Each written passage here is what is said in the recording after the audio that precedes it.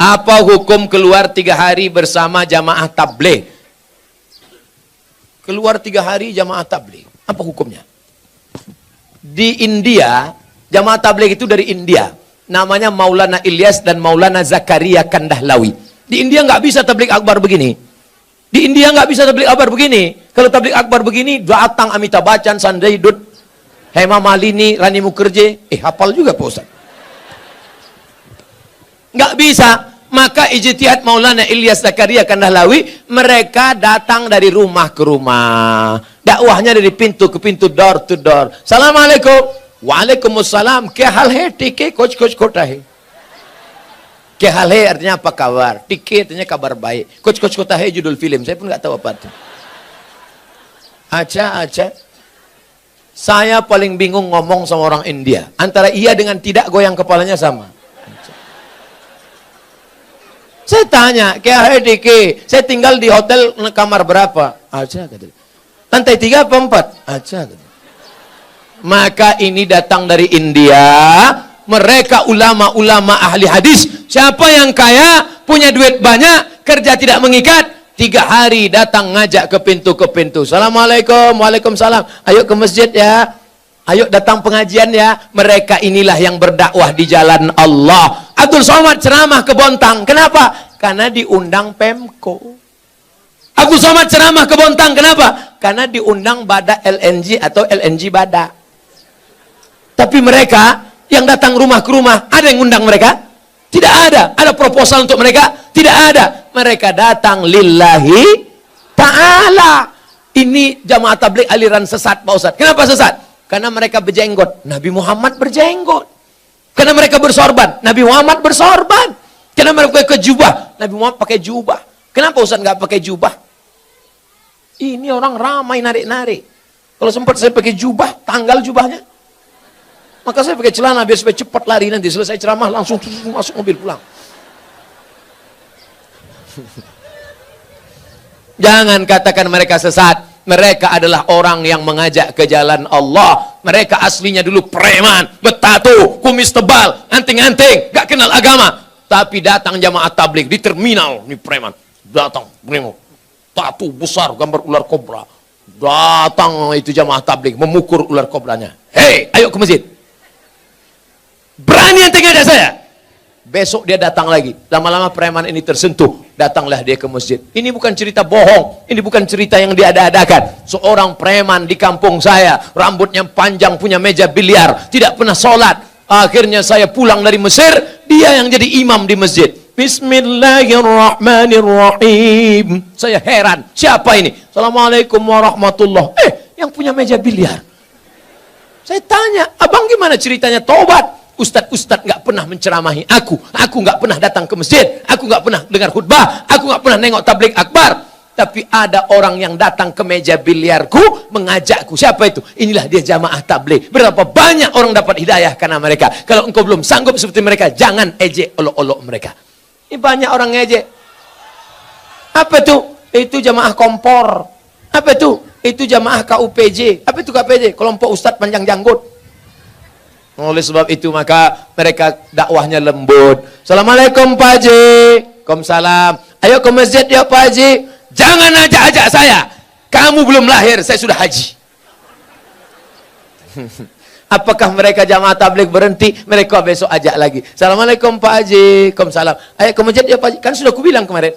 Ini kening sudah sujud 1000 kali di Masjidil Haram. Catatan amal sudah penuh. Aku tinggal masuk surga aja lagi. Tinggi sana, pergi. Masjid kalian yang jelek itu nggak level ya. Hari ketiga mereka datang lagi. Assalamualaikum Pak Haji. Apa? Mau ngajak lagi? Mau ngasih tahu Pak Haji. Nanti kalau Pak Haji mati kami biarkan ya. Akhirnya Pak Haji pun ke masjid juga. Oleh sebab itu maka dakwah mereka lembut.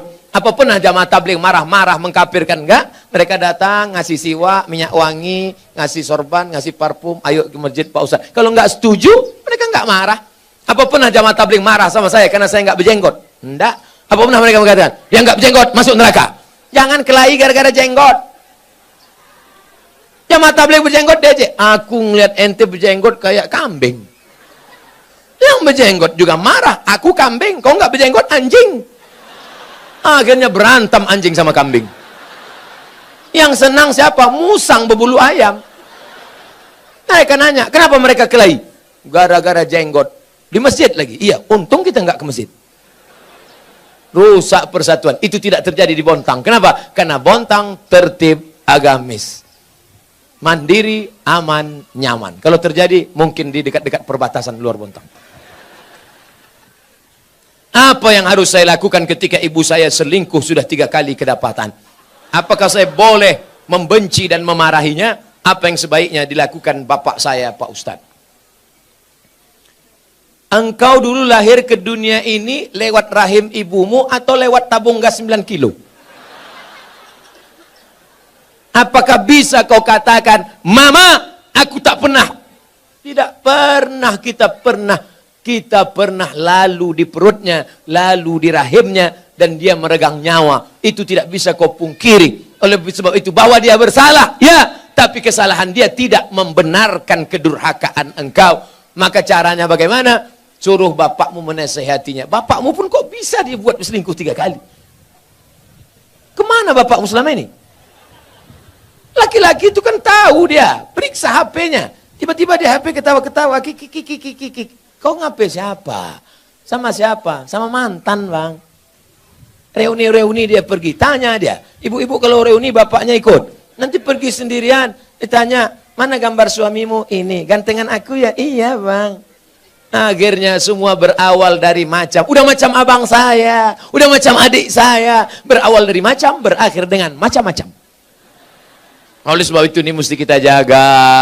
Nah, dalam kasus begini bagaimana Pak Ustadz? Laki-laki 2. Yang pertama, dia sabar atau dia gugat ke pengadilan. Kalau kau sabar, kau jaga dia. Kalau tidak, kau gugat di pengadilan. Maka kasus perselingkuhan paling cepat hakim menjatuhkan talak. Kalau kau sabar, jaga dia dengan baik. Kalau kau tak sabar, kau lepas dia dengan baik. Bunga bukan setangkai, kumbang bukan seekor, patah tumbuh hilang berganti, hilang 1 tumbuh 1000.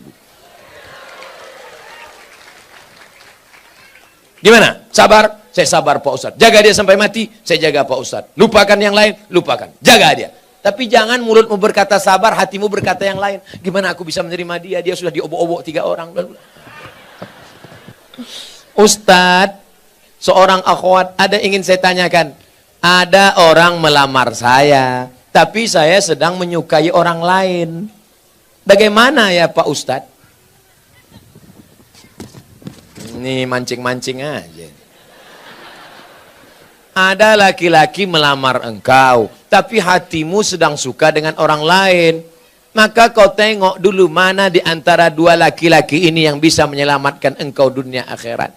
Kalau tiba-tiba yang ini datang, ini jantan dia, perkasa dia, dipinangnya kau dengan baik. Ini cuma berani bawa engkau makan mie ayam, bakso, bonceng sana, bonceng sini, pegang tangan, ujung jempol kaki. Maka kau campakkan ini, Fir'aun, ini tak ada gunanya nih. Ini yang Musa yang baik ini. Laki-laki yang baik bukan yang berani membawa engkau di belakang orang tuamu. Laki-laki yang baik adalah yang bertanggung jawab datang. Laki-laki yang perkasa bukan yang datang dengan mobil besar, motor megah yang mewah. Laki-laki yang perkasa adalah laki-laki yang berani berkata, kupinang kau dengan bismillah. Buanglah mantan pada tempatnya. Mudah-mudahan yang tua, yang muda, remaja-remaji semuanya diselamatkan Allah Subhanahu wa taala.